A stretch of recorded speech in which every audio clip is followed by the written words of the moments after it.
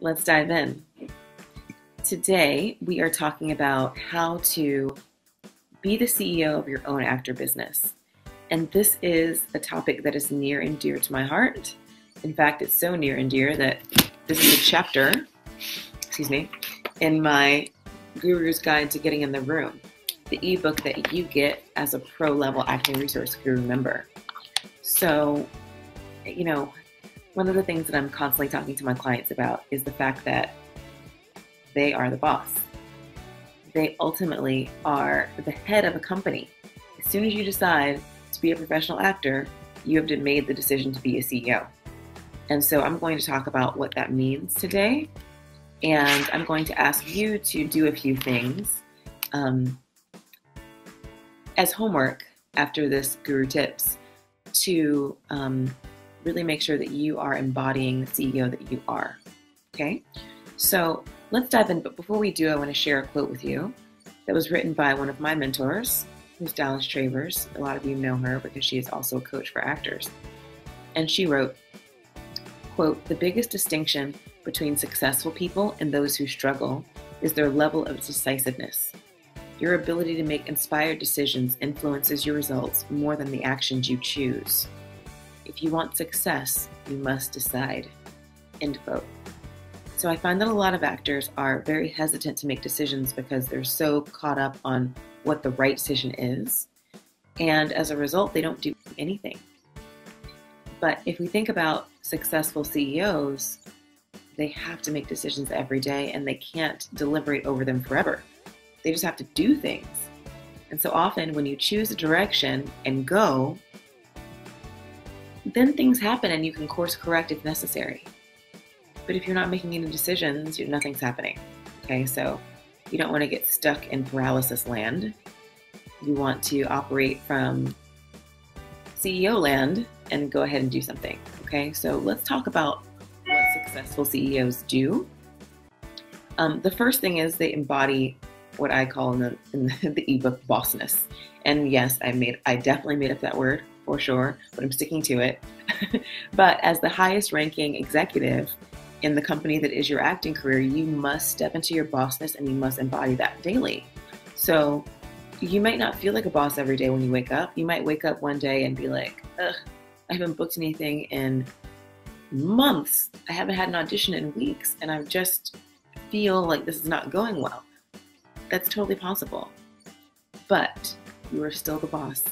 You still have the power to change your career for the better, and you just want to make sure that you are embodying that every day, every single day. You always have the final say. You are a CEO, okay? Number two, CEOs who are successful stay very clear on the big picture, okay? So in the Guru's Guide, in the beginning, we talk a lot about goal setting. That is essential for getting auditions and booking work. And I talk about SMART goals and using SMART goals as a compass for you. In order to effectively lead, you must have a clear long-term vision. You can't just be getting up every day and doing what feels like, oh, yeah, sure, I'll do this, right? You have to know where you're going. And your goals provide a compass for CEOs, and it's up to you to reevaluate and steer your career as conditions change as you move forward. You might start off with a goal of booking your first TV co-star, and things happen where it's looking like the indie film scene might be a better place for you to really launch your career. And so you change goals and change target lists and so on and so forth. The third thing successful CEOs do is lead their teams. So maybe you're sitting there thinking, well, Asia Ray, I don't have a team. And that's fine. Maybe your team right now is super tiny, but mighty. Maybe you have an agent or maybe you have a manager. But maybe you're working with a coach. That person is part of your team. At some point, you will likely be working with a coach, a stylist, talent agents, a personal manager, publicists, entertainment attorneys, business managers, social media managers, or any combination of the above. So now is the time to get in the habit of really leading your team, because each member of the team must be clear on the direction that you were headed. Okay, so remember, a good CEO is direct and communicative so that everybody on their team can do their jobs effectively. Okay, if a new team member needs to be added, then the CEO's job is to make that happen.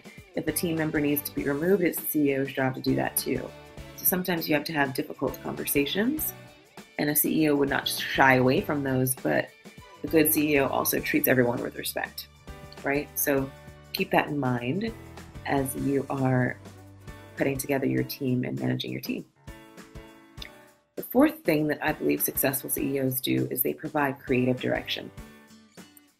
CEOs decide which projects are worth pursuing, and they add new initiatives to the slate rather than sitting around waiting for someone else to hire them, right, and set the direction. So it's your job as an actor CEO to create. This is it. It's all about creating.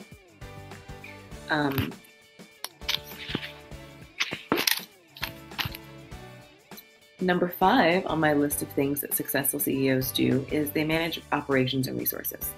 Okay, this is essential. A couple of weeks ago, we talked about how to manage your money as an actor. And part of that is this, but it's also about time. It's about all of your resources. Okay, a CEO understands where the money is coming from and what her most valuable resources are. She does more of what is working for the operation and less of what isn't. So a good CEO is constantly reevaluating where the company stands and adjusting accordingly. So it's up to you to really be on top of and in control of what your resources are. I was talking to one of my clients yesterday in the Get It Done group, and she was like, yeah, I had 3 months where I was working all the time as an actor. She was booking like crazy. And she was like, cool, I have money, I'm going out, I'm buying people gifts, I'm going out to dinner with my friends. And she's had a slow month this last month. And so things have changed drastically. And so we talked about how you can prepare during the times of more abundance to live comfortably during the times when you're booking a little bit less. Because as actors, it's the reality of our careers. They ebb and flow in terms of the amount that we work. So a good CEO understands that and manages operations and resources accordingly. And the last tip that I have for you before we get into your homework for today is good CEOs implement long-term and short-term plans. So when you have detailed action plans based on your goals, the CEO makes sure that everyone on the team is making progress toward those goals. So one of the things that I do in the Get It Done groups is I create action plans with my members. So that is super important. It's super important for you to just know where you're going. Okay. So I hope those 6 things help. Let's recap. Successful CEOs embody bossness. They stay clear on the big picture. They lead their teams. They provide creative direction. They manage operations and resources, and they implement long and short-term plans. Okay, so these are the things that I want you to think about as you are navigating your way into a real leadership position in your acting career. Okay, so I have some tasks for you. I want you to think of a brand or a company that you really admire. Just take a minute to think about that. As I sit here on my MacBook Air and look at my iPhone, I think Apple is definitely a company whose innovation I very much admire. Find out who the CEO is, learn more about him or her, and find out what qualities stand out for you.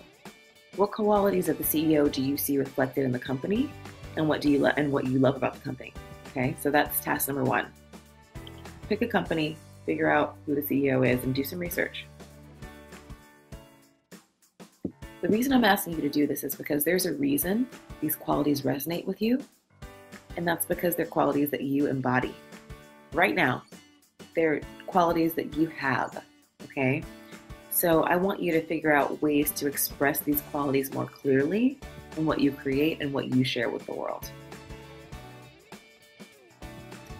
The third thing I would like you to do is reflect on whether everybody on your team is aware of your position as the leader, okay?